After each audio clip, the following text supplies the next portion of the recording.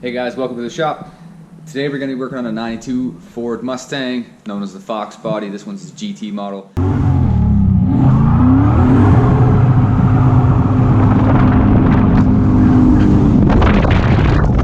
Clients mentioning some issues with vibrations while they're driving.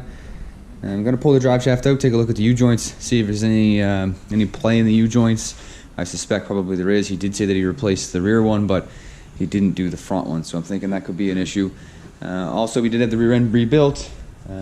Not really sure who did the work for it, but there is a little bit of a roar when you do drive the car, especially on the coast side of the gear. So I'm probably going to check some run under the rear axles, pull the diff off, check the backlash, just see what's going on down there, and see if we can find this vibration for him.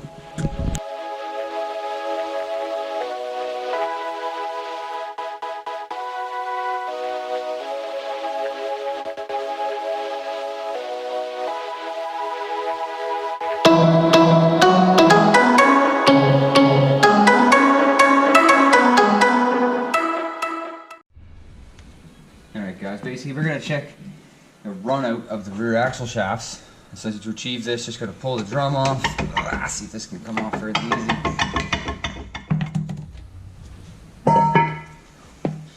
So essentially the run out is the amount of run out the base plate of the axle has, which will give us if the axle has any bends or distortions in it. Essentially the easiest way to achieve it. Alright, so it says per spec manual, pull the plate all the way out, push it back in so it's against the centering pin. That should be basically all the way in, so there can't be any artificial change in it. And we're going to zero this.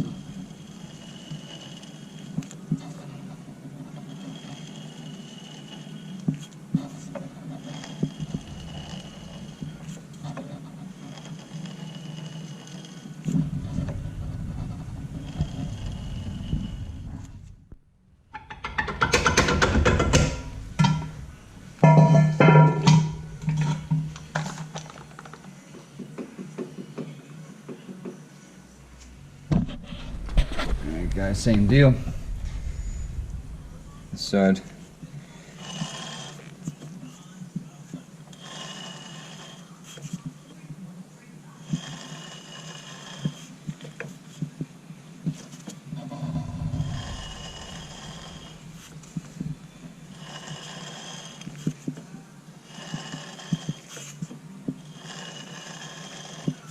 I would say that axle is in really good shape. So we'll furthermore go deeper into the rear end. I do already have the cover off. Just waiting for the fluid to all drip out, and then we'll give it a clean, and then we'll go in and check backlash. Alright guys, underneath the car here now. The rear end is warm. I did have it for a good probably 35-minute drive prior to pulling that here, the rear cover. As again, I had it for a good drive, so it is warm. Right off the bat, I don't really notice anything that stands out to me. It definitely feels like it's got good backlash in it. I wouldn't say it's warm, it's definitely a little more than warm. You know, it does feel nice and smooth, no big concerns in it, just at a first glance. The only thing I have a concern with is would be that the crush sleeve isn't properly torqued, which would give us the roar that we're getting at light throttle. Otherwise, there's no real big indicator so far looking at the ring gear for a pattern on the tooth that would show that it has any significant concern. So, but we're going to pull the axles out real quick just to check backlash and so forth. And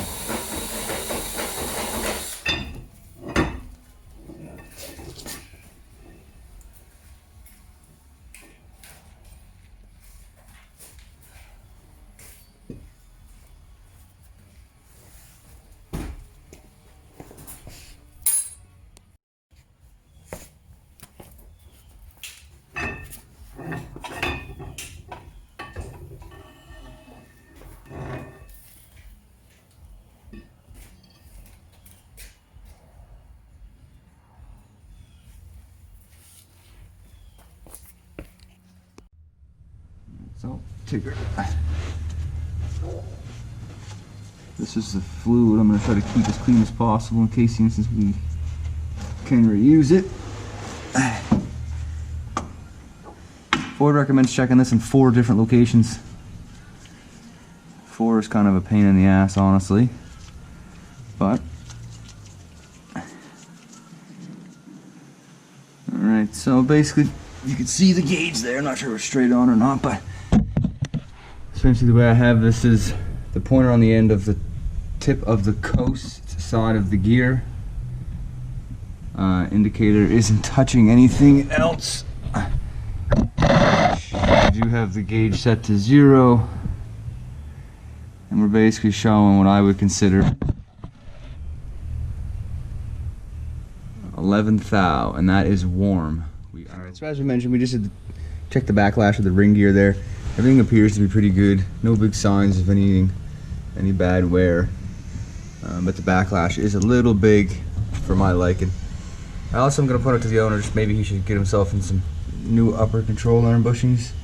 You can see on the edge of the bushing there where when the control arm actually wraps, it's pulling that bushing forward, which could be a lot of the vibration issues we're having here. Makes me believe that could be our issue right there, actually. What does the sled look like? Same deal, you can see down the bottom edge there where the bushing is actually wrapping forward. Okay.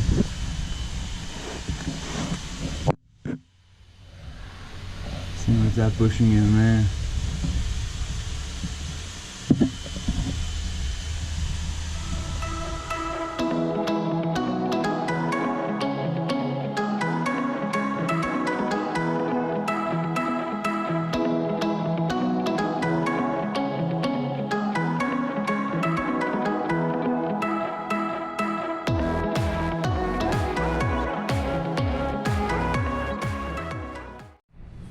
Alright, got the rear gear out.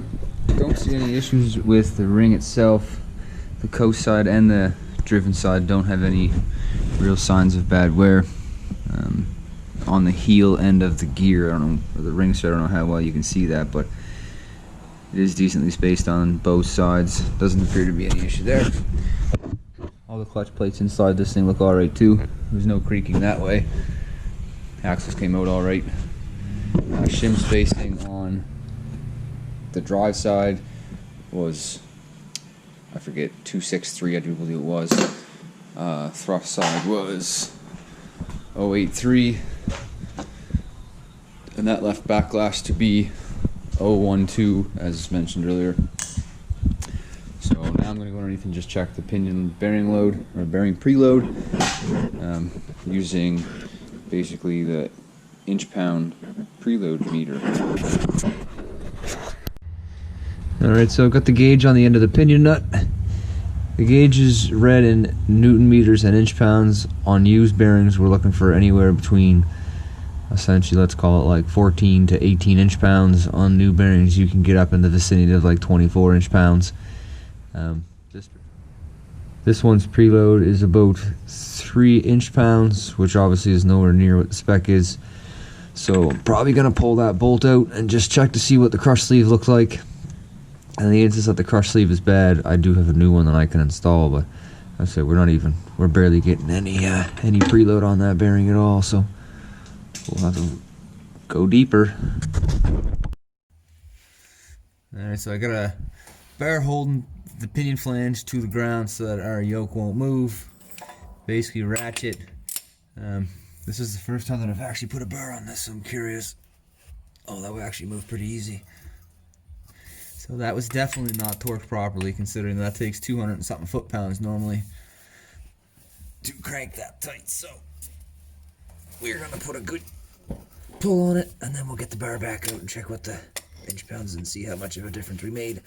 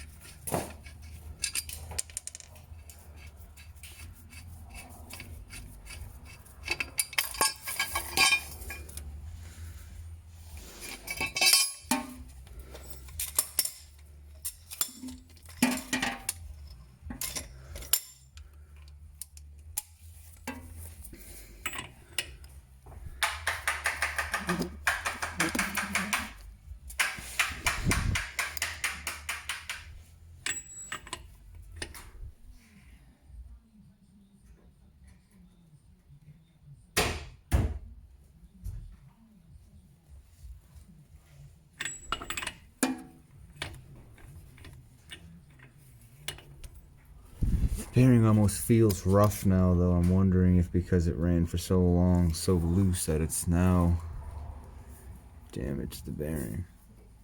Just feels rough. Alright guys, got the car all torn apart. Sent a message off to the owner to see what he wanted to do for upgrades, changes that needed to be done, what new parts he was okay with putting in, and how far really he wanted to go with this.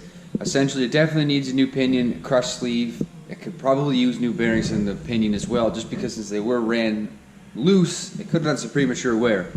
Aside from that, I don't really see any other big issues. As mentioned in the video, ring gear and everything looks great. Should go back together, no problem. I am going to get some different shims that we can get the backlash a little tighter. But in the meantime, the car is torn apart at the moment. Hopefully we can have some new parts here ordered soon. And I can get another video of essentially us reassembling this car. If you guys have any questions, feel free to drop a comment in the description below. Appreciate you guys taking your time to watch the video, and keep an eye out for the next ones. Thank you.